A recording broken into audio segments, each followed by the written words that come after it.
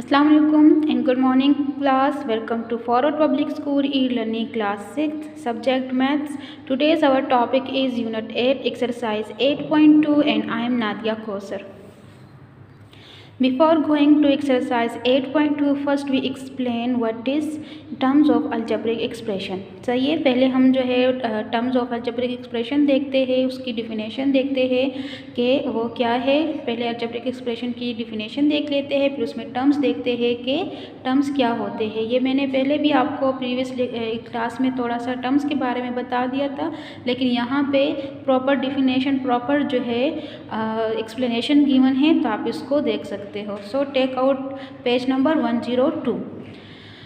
Different parts of an algebraic expression connected by a mathematical sign plus or minus are called terms of the algebraic expression. चाहिए कुछ parts different parts होते हैं algebraic expressions के, जैसे मैंने आपको बताया था कि इसमें वेरिएबल भी आ सकते हैं, कांस्टेंट भी आ सकते हैं, सिर्फ आपके पास दो वेरिएबल भी हो सकते हैं या combination of variable and constant भी हो सकते हैं।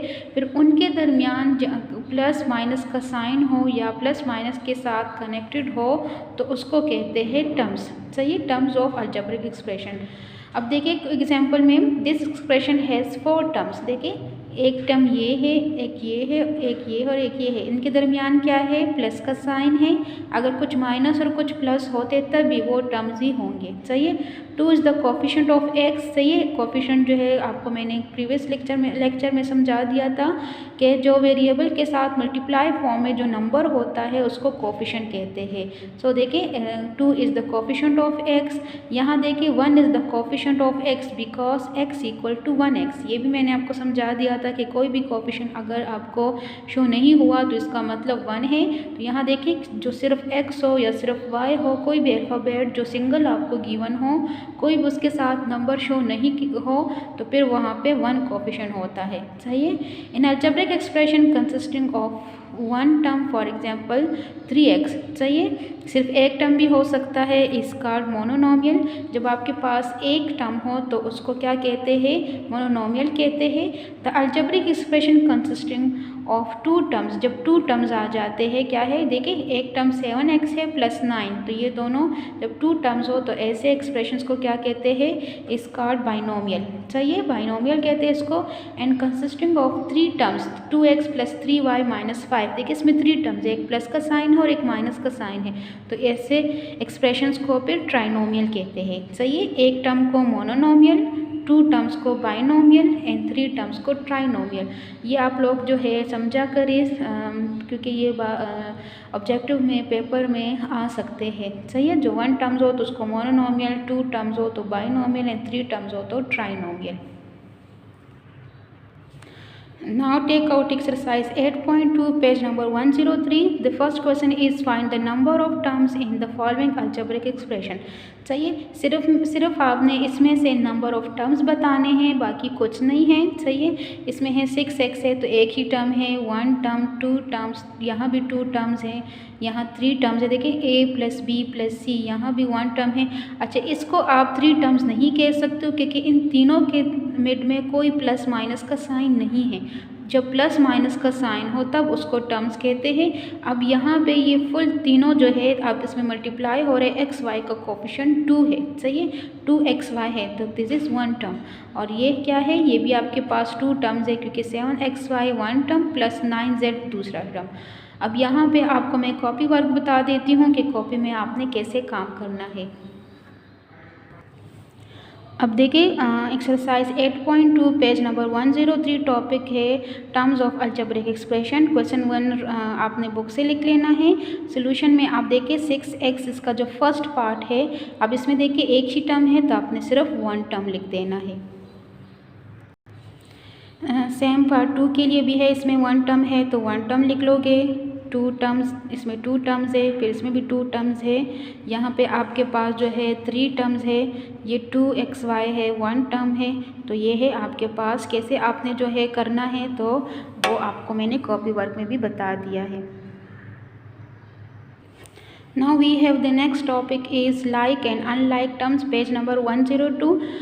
Terms that have the same variable parts are called like terms. चाहिए इसमें आपके पास जैसे like फ्रैक्शन और unlike फ्रैक्शन होते हैं, इसी तरह अलजेब्रिक एक्सप्रेशन में भी जो है like टर्म्स और unlike टर्म्स आपने देखने हैं कि कौन से टर्म्स जो है वो like है और कौन से unlike है। तो like टर्म्स क्या होते हैं? Terms that have the same variable parts, जो 2 टर्म्स के या 3 टर्म्स के सेम वेरिएबल हो, चाहिए उसके साथ अगर एक टर्म के साथ x यूज़ हो रहा है तो दूसरे टर्म के साथ भी x होना चाहिए, चाहिए। और फिर उसमें आपने एक्सपोनेंट देखना है, उसका पावर देखना है कि अगर एक एक्स स्क्वायर है तो दूसरा भी एक्स स्क्वायर होना चाहिए। उसका कोफिशिएंट आपने चेक नहीं करना, कोफिशिएंट चेंज हो सकता है, सिर्फ आपने जो है वेरिएबल देखना है और साथ में एक्सपोनेंट देखना है। टर्म्स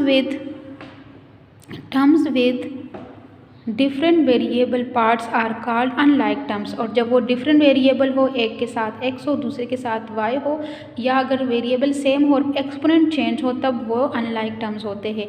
अब देखिए यहाँ पे कौन कौन से लाइक टर्म्स है। लाइक टर्म्स में आपको ये एक्सप्रेशन सारा गिवन है। लाइक टर्म आपको कहा है कि 5y 2y एंड 8y, सही है। देखिए इसका जो कोफिशिएंट है 5, 2, 8, ये तीनों का डिफरेंट है, सिर्फ आपने इसके साथ जो वेरिएबल है वो देखने हैं, सही है, कि वेरिएबल सेम होने चाहिए। अब इसका एक्सपोनेंट भी 1 है, क्योंकि 1 शो नहीं किया जाता तो 1 है, इसका भी 1 है और इसका भी एक्सपोनेंट जो है वो 1 है। So this 3 terms are like terms. अब इसमें कांस्टेंट भी आपको बताया है कि ये कांस्टेंट है क्योंकि इसके साथ कोई भी वेरिएबल नहीं है, ये सिंपल नंबर है, so it is constant. Next जो है वो अनलाइक टर्म्स आपको बताया है कि अनलाइक टर्म्स कौन से होते हैं। अब देखिए 2x + 5y दोनों के साथ वेरिएबल चेंज है, तो जब वेरिएबल चेंज हो तब उसको अनलाइक टर्म्स कहते हैं, सही है। अब हम जो है क्वेश्चन करते हैं तो उसमें आपको ज़्यादा समझ आ जाएगी। Now we have the second question is in which of the following algebraic expressions find the like terms। सही है, इसमें हमने जो है like terms बताने हैं, कौन से 2 या 3 टर्म्स जो है वो like है और कौन से unlike है, सही है। तो एक मैं आपको जो है सॉल्व करके बता देती हूँ, बाकी जो है सेम उसी तरह करना है। मैं आपको और कॉपी वर्क भी बता देती हूँ कि आपने कॉपी में काम कैसे करना है, सही है। अब इसका फर्स्ट पार्ट आपको गिवन है a² + ab + 2ab + 3a²। अब देखिए इसमें हमने लाइक टर्म्स बताने हैं, तो क्या लिखोगे? लाइक टर्म्स जो है वो कौन कौन से है, पहले आप ऐसे लिख लो लाइक टर्म्स का। तो कौन कौन से है लाइक टर्म्स? फर्स्ट आपके पास a² है, सही है, a का पावर 2 है और यहाँ भी a का पावर 2 है। अब इसका कोफिशिएंट 3 है और इसका कोफिशिएंट 1 है, तो हमने कोफिशिएंट को नहीं देखना, हमने same variable and same exponent देखना है। तो आपके पास क्या है? a² और 3a², सही है। ये इसमें आपने कॉमा लगाना है या एंड लिखोगे, इसमें आपने जो है प्लस नहीं लगाना, सही है। दूसरा इसमें कौन कौन से लाइक टर्म्स है? एक आपके पास ab है और इसमें 2ab है, दोनों का कोफिशिएंट चेंज है लेकिन आपने सेम वेरिएबल देखने हैं, सही है। तो एक आपके पास क्या आ जाएगा? एंड ab और 2ab, सही है। सेम इसी तरह आपने इसका भी करना है। अब देखिए एक्स वाई, तो इसका एक्स वाई का लाइक टर्म क्या है? 30, सही है, 2xy। अब इस दोनों का कोफिशिएंट चेंज है, कोफिशिएंट आपने नहीं देखना, सिर्फ आपने वेरिएबल्स देखने हैं। तो xy एंड 2xy जो है वो लाइक टर्म्स है, xy एंड 2xy, सही है। दूसरा आपके पास क्या है? yz and -yz। अच्छा बच्चे, यहाँ पे आपने क्या करना है? माइनस का ख्याल बहुत रखना है, माइनस का साइन नहीं लगाओगे तो क्वेश्चन जो है या जो टर्म आप लिखोगे वो गलत हो जाएगा, सही है। तो इसके साथ प्लस का साइन है, तो आपने क्या करना है? प्लस जो है स्टार्ट में मत शो करें, सिर्फ आपने क्या कॉमा लगा के इसका जो साइन है वो माइनस है, तो आपने माइनस जो है वो मस्ट शो करना है, सही है। बाकी ऊपर क्वेश्चन में जो है दोनों तीनों चारों के साथ जो है वो प्लस का साइन है, तो यहाँ पे कहीं पे भी हमने शो नहीं किया, सही है। लेकिन यहाँ पे देखिए इन दोनों के साथ भी प्लस का साइन है, वो भी शो नहीं किया, सिर्फ इस एक टर्म के साथ माइनस का साइन है, तो माइनस आपने मस्ट शो करना है, सही है। तो इस वजह से अगर आप माइनस शो नहीं नहीं करोगे तो ये वाला जो आप लिखोगे ये गलत हो जाएगा। तो यहाँ पर आपने क्या करना है, वाई जेड एंड -3yz जो है वो लाइक टर्म्स है। सही। क्वेश्चन नंबर 2 आप बुक से लिख लोगे इसका फर्स्ट पार्ट, जैसे मैंने अभी आपको करवा दिया है कि like terms are a² and 3a² and ab and 2ab। सही है। तो ये आपने सिर्फ लाइक टर्म्स बताने हैं, जो सेम वेरिएबल्स वाले सेम एक्सपोनेंट वाले टर्म्स होंगे उनको आपने लाइक टर्म्स बोलना है, और बाकी जो रिमेनिंग पार्ट्स होंगे उनमें आप देख लें कि वो लाइक टर्म्स में आ रहे कि नहीं आ रहे। पार्ट 3 देखिए, इसमें a³ - 2a² b + 4a² b + 5a³। सही है। अब इसमें देखिए a³ के साथ कौन सा जो है वो लाइक टर्म आ रहा है, 5a³। तो देखिए दोनों का वेरिएबल सेम है एंड सेम एक्सपोनेंट। इसका कोफिशिएंट आपने चेक नहीं करना है, इसका कोफिशिएंट 1 है और ये 5 है, तो वो डिफरेंट हो सकते हैं या है, इसमें सिर्फ आपने वेरिएबल को देखना है। और यहाँ पे देखिए इसका जो सेकंड बाकी रिमेनिंग 2 टर्म्स जो है वो -2a² b। अब देखिए ये स्क्वायर सिर्फ a का है, b का नहीं है, तो यहाँ भी इस सिर्फ a का है और b का नहीं है। तो देखिए 2a² b का जो साइन है वो माइनस है, तो माइनस शो किया गया है, और 4 का जो है वो प्लस है, तो प्लस का शो नहीं किया। अगर आप शो करना चाहते हो तो भी सही है, लेकिन प्लस का साइन जब स्टार्ट में होता है तो वो शो नहीं किया जाता, सिर्फ मिड में जब प्लस का साइन आ जाए तो वो शो किया जाता है। तो यहाँ पे आपके पास ये दोनों टर्म्स जो है वो लाइक टर्म्स है। Now we have the next topic, page number 102, addition of like and unlike terms. सही है। अब यहाँ पे जो है लाइक और अनलाइक टर्म्स को आपने प्लस कैसे करना है वो देखिए।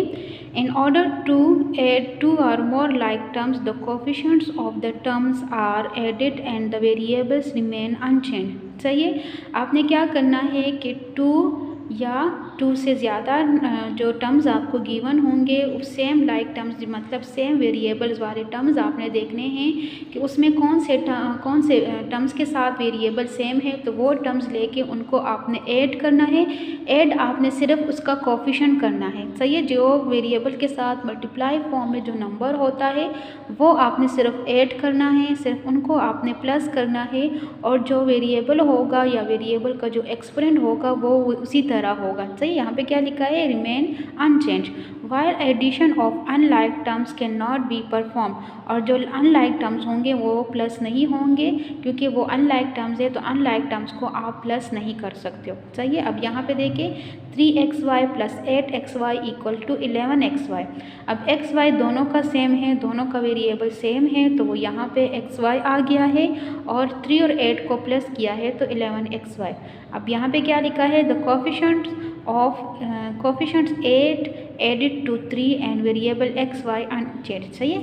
आपको कह रहे कि 8 और 3 जो है वो प्लस हो गया है और जो वेरिएबल है वो उसी तरह आया है, तो आपने वेरिएबल को उसी तरह लिखना है, सिर्फ इसके कोफिशिएंट को आपने ऐड करना है। सही है। तो हम क्वेश्चन करते हैं ताकि आपको समझ आ जाए। Question number 3 is write the following sum as single term. सही है। इसका मतलब सम का मतलब प्लस करना है। इसमें 2 टर्म्स आपको गिवन है, यहाँ पे 3 टर्म्स है, तो आपको कह रहे कि इसको ऐड करके एक टर्म में लिख दें। सही है। तो अब हम जो है थोड़ा सा आपको सॉल्व करके बता देती हूँ, और रफ वर्क में भी नीट कॉपी में भी बता देती हूँ। अब देखिए यहाँ पे 2 टर्म्स है, दोनों के साथ वेरिएबल सेम है, सिर्फ आपने इसके कोफिशिएंट को प्लस करना है। तो इसके कोफिशिएंट को आप ब्रैकेट में लिख दें, और जो वेरिएबल है वो कॉमन निकाल के बाहर 1 टाइम लिख लें। सही है। अब x आपने कैसे लिखना है, जो आप इंग्लिश में x लिखते हो ये वाला x आपने नहीं लिखना। सही है। आपने इसको ऐसे करके ऐसे ये x यूज़ करना है। अगर आप इसको डायरेक्ट नहीं लिख सकते हो तो ऑपोजिट C को एक दूसरे के साथ मैच कर दे। सही है। ये वाला x आपने यूज़ नहीं करना, क्योंकि ये x यहाँ पे यूज़ नहीं हो रहा। बाज़ इसमें ऐसे क्वेश्चन आ जाएंगे जो आप मल्टीप्लाई करते हो तो फिर मल्टीप्लाई का साइन और x में जो है वो डिफरेंस नहीं आ सकता, तो इसलिए आपने क्या करना है, इस x को आपने ऐसे में लिखना है। अगर आप डायरेक्ट ऐसे नहीं लिख सकते हो तो आपने ये और ऐसे करके लिखना है। सही है। तो इसके कोफिशिएंट क्या है, 2 और 3 है दोनों का, तो वो ब्रैकेट में लिख लिया है। दोनों का के साथ सेम वेरिएबल है तो वो कॉमन निकल के 1 टाइम बाहर लिख लिया है। अब 2 + 3 से क्या आता है 5 और ये x इसी तरह आएगा, तो ये इसका आंसर होगा। सही है। ये मैं आपको ऐसे रफ वर्क में बता रही हूँ, अभी भी आपको प्रॉपर नीट कॉपी में बताती हूँ तो आपको लिखने का मेथड भी आ जाएगा। दूसरा इसमें देखें, तीनों के साथ जो है वेरिएबल सेम है और इसके साथ कोई कोफिशिएंट शो नहीं किया गया, तो मतलब इसका कोफिशिएंट 1 है। तो जब आप इसको ऐड करोगे तो इसका कोफिशिएंट 1, इसका कोफिशिएंट 2 और थर्ड का कोफिशिएंट 3। सही है। तीनों के साथ सेम वेरिएबल है तो इसको आप बाहर लिख लें और उसके बाद फिर आपने क्या करना है, इनको प्लस कर दे तो 1 + 2 + 3 से 6 और ये x आ जाएगा। सही है। अगर आप ब्रैकेट में नहीं लिखना चाहते हो, डायरेक्ट करते हो तो अभी कर सकते हो। जैसे 2x + 3x है तो 2 + 3 से 5 और x इसी तरह आ जाएगा। सही है। ये भी इसी तरह अगर आप ये वाला स्टेप नहीं करना चाहते हो लेकिन करें तो बेहतर है, क्योंकि अभी आप जो है आपका इनिशियल स्टार्ट लिया है आपने इस अलजेब्रा का, तो आप जो है हर एक स्टेप किया करें। जब आप सीनियर क्लासेस में जाओगे तो फिर आप इसको डायरेक्ट कर सकते हो। तो ये जो है इसका 6x भी डायरेक्ट लिख सकते हो। अब हम कॉपी वर्क बताते हैं ताकि आपको समझ आ जाए। First you write the topic addition of like terms. Question number 3 आप बुक से लिख लें। First part is 2x + 3x solution, then repeat the question 2x + 3x। सही है। अब आप क्या करते हो, sum equal to 2x + 3x। सही प्रॉपर मेथड आपको बताती हूँ ताकि आप सही तरीके से क्वेश्चन को सॉल्व कर सके। Sum equal to 2x + 3x आ जाएगा। इसके कोफिशिएंट को ब्रैकेट में लिख लिया है और इस जो वेरिएबल दोनों का सेम है वो कॉमन करके बाहर निकाला है। अब 2 + 3 से 5 और ये x इसी तरह आ जाएगा और then sum equal to 2x + 3x = 5x। तो ये आपके पास जो है लिखने का मेथड है कि आपने क्वेश्चन को प्रॉपर तरीके से कैसे लिखना है। बाकी इसके जो रिमेनिंग पार्ट्स है वो आपने खुद करने हैं। तो बच्चे यहाँ पे मैंने जो है आपको ये वाला भी करके बता दिया है, ये भी करके बता दिया है। अब जो रह गए हैं सेकंड पार्ट रह गया है, 4th, 5th एंड 6th। सही है। तो इसी तरह जो 1 और 3rd की तरह आपने भी बाकी पार्ट्स भी खुद करने हैं। इसी तरह 1 से लेकर 6 तक सारे पार्ट्स आपने अपनी नीट कॉपी में सॉल्व करने हैं। So bache, this is the end of exercise 8.2 part 1. We will do the next questions in the next class. Thank you and Allah Hafiz. Stay home and stay safe.